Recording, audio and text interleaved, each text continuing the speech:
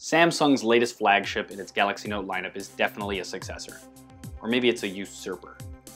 It adds to the Galaxy Note 3 in a lot of ways, but thanks to its new metal siding, it feels like it's a bigger leap than it actually is, and makes the Galaxy Note 3 look a little worse than it should in comparison. The metal siding on the device with its honed metal edges is a welcome change, and a necessary one for Samsung, I'm sure.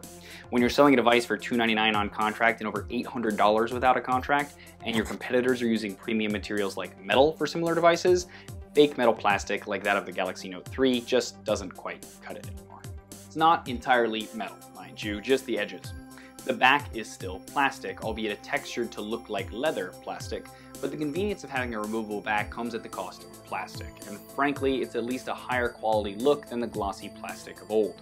All in all, the device is starting to feel a bit more deserving of the price tag, so when your friend whips out their iPhone 6 Plus, you won't have to explain why yours doesn't look like they cost the same. The thing you might be able to gloat about slightly though over the device's competitors is the screen. It's a 5.7-inch Super AMOLED screen with a resolution of 2560 by 1440 or 2.5K.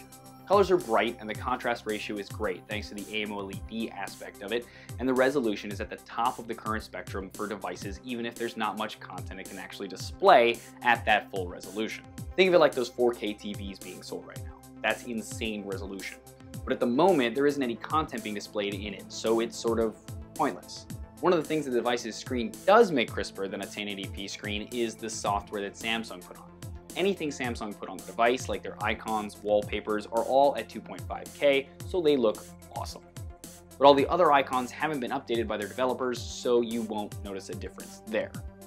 The other thing that looks better on a 2.5K display is text on the internet. Since text on the web is responsive, it actually will make itself fit on any resolution, so it automatically adapts to 2.5K resolution and looks crisper than normal. Besides those two things, you'll have a hard time telling difference in the resolution. But it is a good way to future-proof yourself, because I guarantee that at some point icons, Android in general, and all that stuff will be able to take full advantage of that 2.5K display. It's just not quite there yet. What good is a badass display if it dies in 3 hours?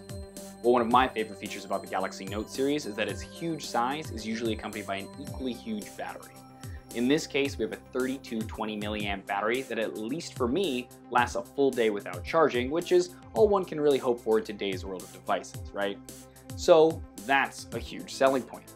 As if that wasn't enough, they also include a 2-amp charger instead of the normal 1.5 amp that most devices come with. What does that mean? Well, when you do have to plug it in, it can charge from 0% to 50% in about 30 minutes. It may not be the full charge in 30 minutes of the Oppo Find 7, but hey, it's better than nothing. Because of the fast charger, I'd assume, Samsung ditched the USB 3.0 port from the Galaxy Note 3 and replaced it with USB 2.0. I don't miss it, as I never plug in my phone to the computer and just use cloud services to sync everything. But even if you do sync stuff, the only thing you would really need USB 3.0 for is huge files. And even that shouldn't bother you too much at a USB 2.0 speed level. Then there's the camera, which, as expected, is up with the best of them. A 16 megapixel rear camera with LED flash that has some great detail in the photos it takes, and even shoots video in 4K. Combine the 4K shooting with a zoom with image stabilization, and it's a pretty nice photography and video package in a phone. So, points all around for hardware, Samsung. But here's where it gets just a little less impressive. TouchWiz is Samsung's custom user interface they put on top of Android in an effort to make their devices stand out from other manufacturers' Android devices.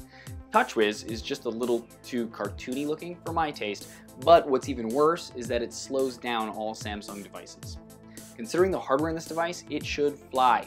And it does for the most part, but things like multitasking and occasionally even opening apps can drag a little bit. And to further prove the point, when you close everything running on the device and take a look at your RAM usage, there's about 2 gigs of it being used without you so much as opening an app. Thanks, TouchWiz. In its defense, the slowdowns on the Galaxy Note 4 are at least much fewer and farther between than previous Samsung models. So if you are already used to TouchWiz, you won't notice it. And if you aren't, you'll only really notice it occasionally, and only now that I mentioned it probably. Sorry. But if you're like me and immediately want to replace as many aspects of the software as you can in an effort to get it closer to stock Android, running a little faster, etc., there is a way. Thanks to Android being, well, Android, it's possible to get pretty close, at least by replacing the launcher, aka the home screens, the messaging app, lock screen, etc. At the end of this video, there'll be a link to my old video on how to do that if you're interested. Something else to note on the software front is that reports say Samsung will be upgrading the Note 4 to the latest version of Android called Android 5.0, or Lollipop, between November and December. And as I mentioned in my walkthrough of that new version, there's a ton of performance tweaks, so that can only help. Again, you can click below to check out that video as well. One of the good things about TouchWiz, though, is when it comes to the Note series at least, is the S Pen, because it wouldn't be able to perform its magic without it. And if you're into using the pen, it's some good voodoo. When you pull the pen out of its slot, it automatically brings up 4 actions on the screen. Action Memo, which quickly brings up a post-it note for jotting down notes. Smart Select, which allows you to select content on the screen, and it'll even try to extrapolate text from it, which is frankly kind of clever and useful. Image Clip, which lets you draw a closed shape and grab whatever is inside of it. You can even make the selection resize to a circle or a square to clean things up a bit. And Screen Write, which takes a screenshot of the device and then lets you, well, write on it, save it, and then share it. In addition to these things, you can also use it to navigate like you would your finger, although that's too nerdy, even for me. TouchWiz does also enable a few other things that Android doesn't have built in that could be handy when having a large screen. There's the ability to turn apps into small windows that you can move around the screen, minimize, etc., and a way to split it into 2 screens to have apps share the screen equally. You can even copy and paste content from one app to the other in this manner, which can be helpful. I personally don't use it really, but it is nice to know that it's there if you wanted it. Overall, I like it. It is a gorgeous screen, long-lasting battery, enough power to make TouchWiz run smoothly except for very minor hiccups, and its new metal frame makes it one of the nicest Samsung devices to hold.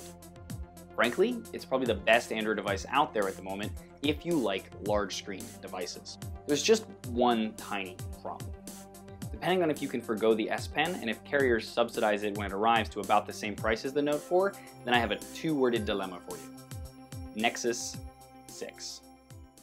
And there you have it, a quick review of the Samsung Galaxy Note 4. If you guys agree with me, or disagree with me, or just want to tell me what you guys think of the Galaxy Note 4, please leave them in the comments below, and maybe tell me why, instead of just, you're wrong! Because that's annoying. Anyway, also I will hopefully be getting a Nexus 6 sooner rather than later, so I will be able to check out to see if it really is a big problem for the Galaxy Note 4, although I think it will be. Also, I don't do a lot of reviews, and I'm wondering if you guys would like me to do more. So if you would like me to do more, thumbs up this, share it, or let me know in the comments as well. And as always, guys, thank you for watching.